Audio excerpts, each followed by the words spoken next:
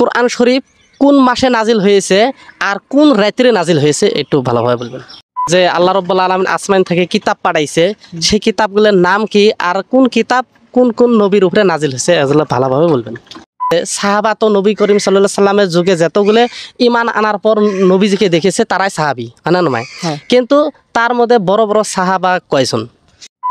আসসালামু আলাইকুম। ওয়ালাইকুম আসসালাম রাহমাতুল্লাহি ওয়া বারাকাতুহু। হুজুর ভালো আছেন? জি আলহামদুলিল্লাহ, আপনি ভালো আছেন? আলহামদুলিল্লাহ, আল্লাহ ভালো রাখছে। হুজুর আপনার বাড়ি? আমার বাড়ি কালাপানি। কালাপানি। তো আমি ইসলামিক কুইজ ভিডিও নিয়ে এসেছি। আমি 3টা প্রশ্ন করব, অবশ্যই যদি আপনি 3টার সঠিকভাবে উত্তর দিতে পারেন অবশ্যই আমার তরফ থেকে ছোট্ট একটা গিফট আছে। আপনি কি প্রস্তুত? জি প্রস্তুত আছি ইনশাআল্লাহ। সেটা হতেছে আসমানি বড় বড় যে আল্লাহ রাব্বুল আলামিন আসমান থেকে কিতাব পাঠাইছে, সেই কিতাবগুলোর নাম কি আর কোন কিতাব কোন কোন নবীর উপরে নাজিল হয়েছে এগুলো ভালোভাবে বলবেন।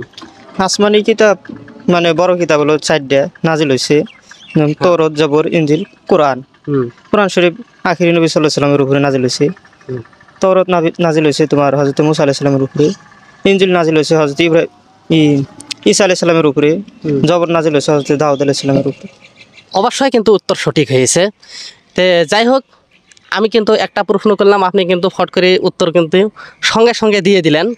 তো যাই হোক, আরেকটা হতেছে নবী করিম সাল্লাল্লাহু আলাইহি সাল্লামের সাহাবী যে আছে, সাহাবা তো নবী করিম সাল্লাল্লাহু আলাইহি সাল্লামের যুগে যতগুলো ইমান আনার পর নবীজিকে দেখেছে তারাই সাহাবী, আনা নয়। কিন্তু তার মধ্যে বড় বড় সাহাবা কয়জন? তার মধ্যে মশহুর হলো 4জন। 4জন।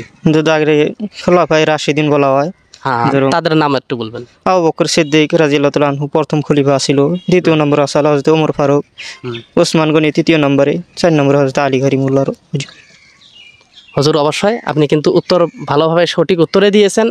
আর আরেকটা কথা হতেছে, হুজুর কোরআন শরীফ কোন মাসে নাজিল হয়েছে আর কোন রাত্রে নাজিল হয়েছে একটু ভালোভাবে বলবেন। কোরআন শরীফ রমজান মাসে নাজিল হয়েছে এবং লাইলাতুল কদর রয়েছে।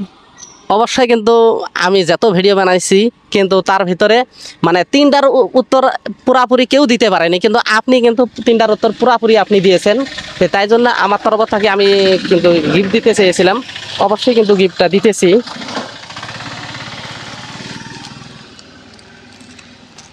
তো যাই হোক হুজুর, আপনি কিন্তু 3টার উত্তর ভালোভাবে দিয়েছেন। তো আপনার কাছে কেমন লাগছে?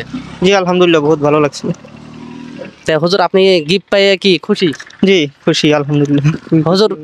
তো যাই হোক, আমার চ্যানেলের বিষয়ে আপনি কিছু বলেন আলিম ওলামা মানুষ হিসেবে। যে আপনারা সবাই চ্যানেলটা দেখবেন এবং সাবস্ক্রাইব করবেন বেশি বেশি করে। আর বহুত ইসলামিক কথা এই চ্যানেলের মধ্যে পাওয়া যায়।